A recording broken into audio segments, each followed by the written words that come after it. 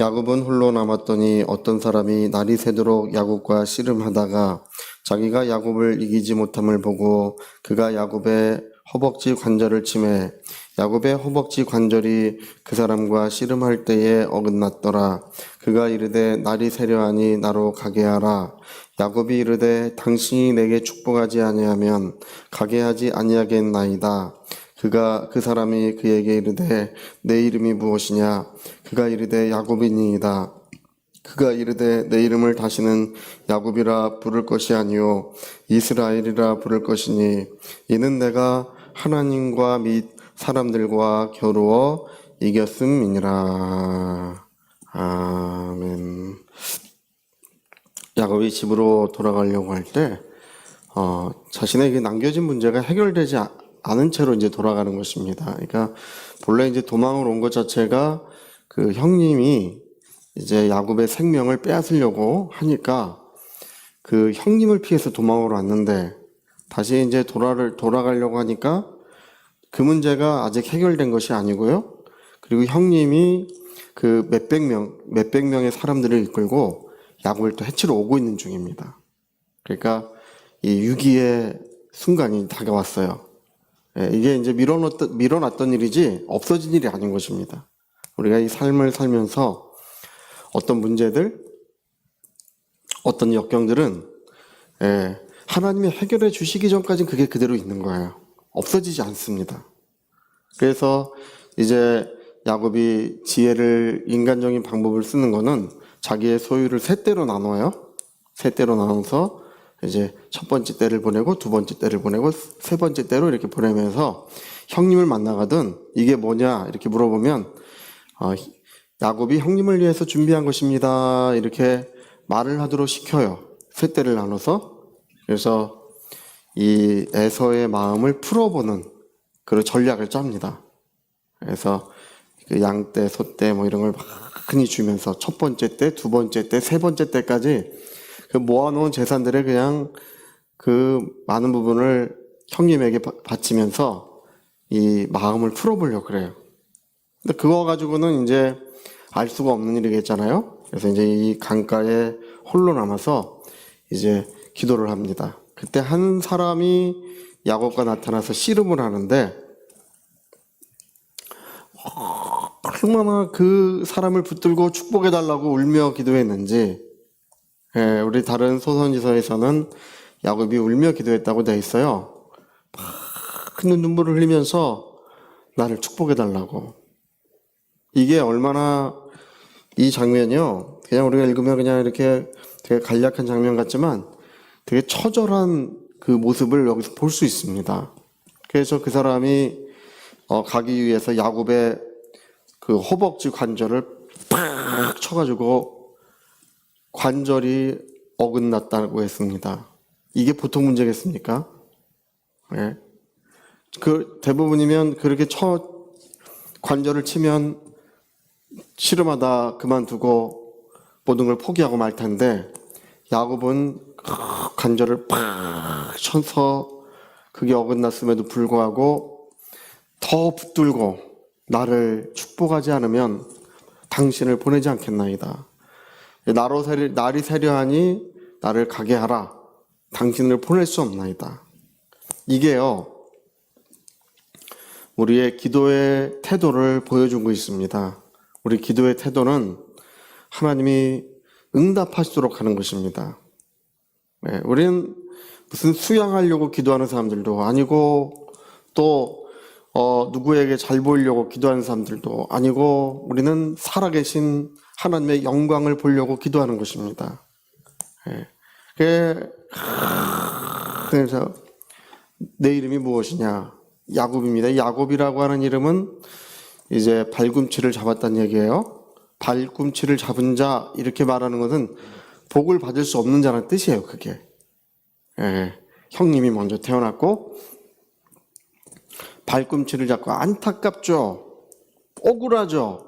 쌍둥이인데 그 단 몇 분 만에 형님이 먼저 태어나는 바람에 안타깝지만 그러나 복을 받을 수 없는 자 발꿈치를 잡고 태어났어요.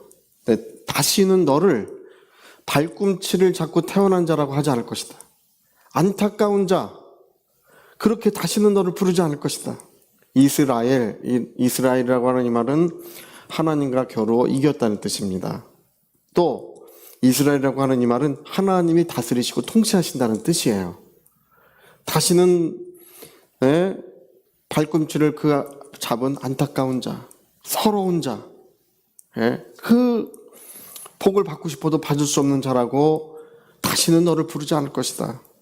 너를 이제 온 세상이 너를 승리자로 부를 것이고 하나님께서 이제 너를 다스리시고 너와 너의 자손들이 함께 하신다는 것입니다. 여러분, 오늘 우리가 예수 바깥에 살 때 얼마나 죄 많았습니까? 예수 바깥에 살 때 얼마나 하나님을 모르는 죄인으로 살았습니까?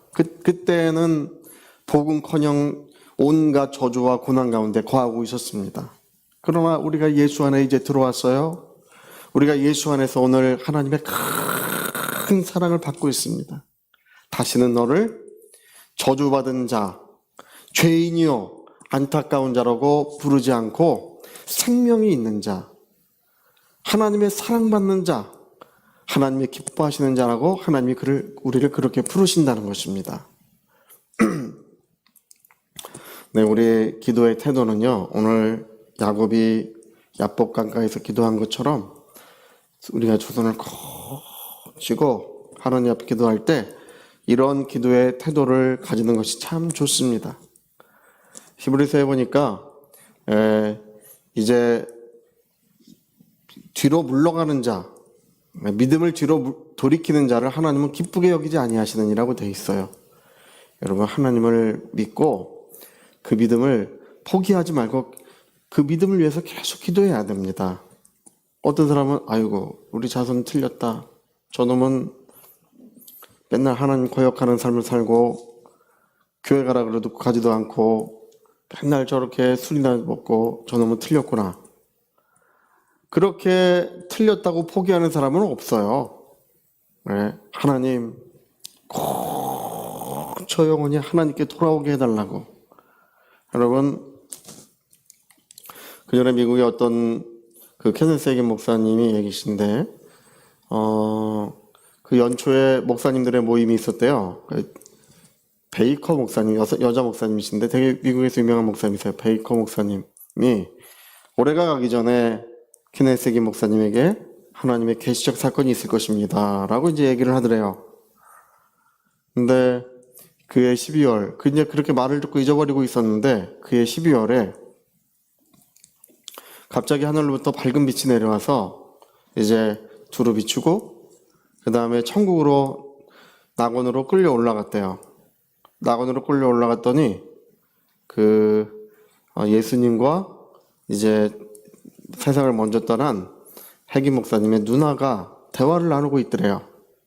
대화를 이렇게 나누고 있으면서 이제 예수님 보시니까 이제 누나도 이렇게 자기를 보더니 와서 자기가 치유받지 못한 것에 대해서는 안타깝게 생각하지 마라. 그건 하나님의 뜻이 있다고, 이유가 있다고 얘기를 하더래요.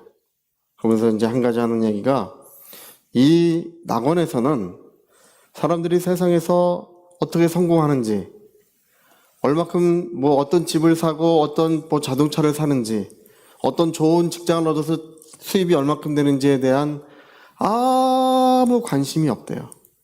거기에 대해서는 아무 관심. 어떻게 하나님을 섬기는지, 어떻게 주님의 뜻을 따라가고 있는지에 대해서만 낙원에 있는 사람들은 거기에 대해서만 모든 관심을 갖고 있대요. 그래서 오빠, 내 지금 아들이 방황하고 있는데 오빠가 가서 얘기하면 주님께로 돌아올 거야. 그 얘기를 해달라 그러고, 또 한 자녀도 이제 다시금 인도를 해달라고 하고 이렇게 부탁을 하더래요. 그래서 그렇게 부탁을 받고 이제 그 두 자녀가 이제 하나님의 은혜로 이제 잘 되었다 하는 이야기를 간증을 하십니다. 여러분, 이 땅에서 자손이 좋은 직장 얻고 수입을 얼마나 얻고 좋은 집을 사고 아무것도 아니에요. 물거품 같은 거예요. 거기에 마음 쓰지 마세요. 그런 거 자랑 삼지 마세요. 하나님을 섬겨야 됩니다. 예수 안에 있어야 됩니다. 정말 성령의 역사가 그 영혼을 주장하고 있어야 됩니다. 그런데 오늘 많은 사람들은 돈 많이 벌면 교회 안 다녀도 괜찮다고 하고, 또 뭐 좋은 직장 다니면 괜찮다고 하고, 이렇게 마음을 먹고 있으니까 하나님도 안타까워하시는 것입니다. 우리는 그런 태도를 취하지 말고 오늘 성경에 말씀한 것처럼 정말 오늘 야복 강가의 야곱처럼 너와 너의 자녀들을 위하여 울라. 너와 너의 자녀들을 위하여 뜨거운 눈물을 흘릴 때가 지금 바로 이때라는 것입니다. 지금 여러분 보세요. 이게 코로나가 전 세계를 뒤덮어서 영화도 이런 영화 같은 일이 세상에 실제로 있을 수 있습니까? 마스크를 쓰고 다니고 마스크를 쓰지 않으면 들어가지 못하고 이렇게 열이 나면 들어가지 못하고 전부 사람들이 격리되는 이런 지구상에 모든 나라에 이런 일들이 이전에 있었습니까? 근데 지금도 보면 어디는 폭우가 내리고 어디는 그 열기가 엄청난 열기 때문에 사람들이 타 죽는 것처럼 되고 어떤 데는 폭우가 내려서 다 쓸려 내려가고 이런 일들이 지금 지구 곳곳에 일반적으로 일어나고 있습니다. 여러분 주님 오실 날이 멀었다고 생각하는 거 참 안타까운 일입니다. 이제 주님 오실 날은 멀지 않았습니다. 롯의 처와 같이 양떼가 얼마고 소떼가 얼마고 내가 소돔과 고모라에 소돔 땅에 두고 오는 것이 얼마인가, 그거 안타까워할 때가 아니라는 거예요. 오늘 우리는 이 야복강에 있었던 야곱과 같이 하나님의 축복을 받아야 됩니다. 우리에게 진짜 필요한 건 성령의 뜨거운 감동과 역사하심입니다. 오늘 주님은 말씀하신 그대로 오실 때에, 그때 저는 지금도 기도할 때 주님 아직은 안 됩니다. 물론 이렇게 기도해요. 아직은 할 일이 많이 남았습니다. 그러나 여러분 주 안에서 잠자는 자가 더 복이 있다고 했습니다. 창세 이후로 없는 큰 환난의 날들이 다가온다고 했습니다.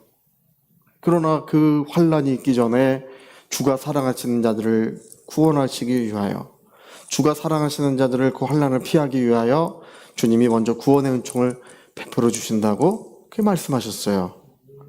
여러분 오늘 그런 세상에 있는데 마음 두지 마시고 오직 하나님께 그 마음을 두며 우리 모든 사랑하는 자손들, 우리 친척들, 우리 사랑하는 사람들, 친구들 다 주님께로 돌아올 수 있도록 그런 은혜가 있어야 될 줄로 꼭 믿습니다. 위하여 기도하시기를 부탁드리겠습니다.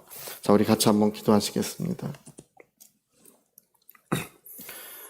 주님이 말씀하실 때 처처에 지진과 기근이 있고 그런 자연 이상 현상이 일어날 것을, 민족이 나라를 대적하고 자연 이상 현상이 일어날 때는 이제 이것이 재난의 시작이라고 돼 있어요.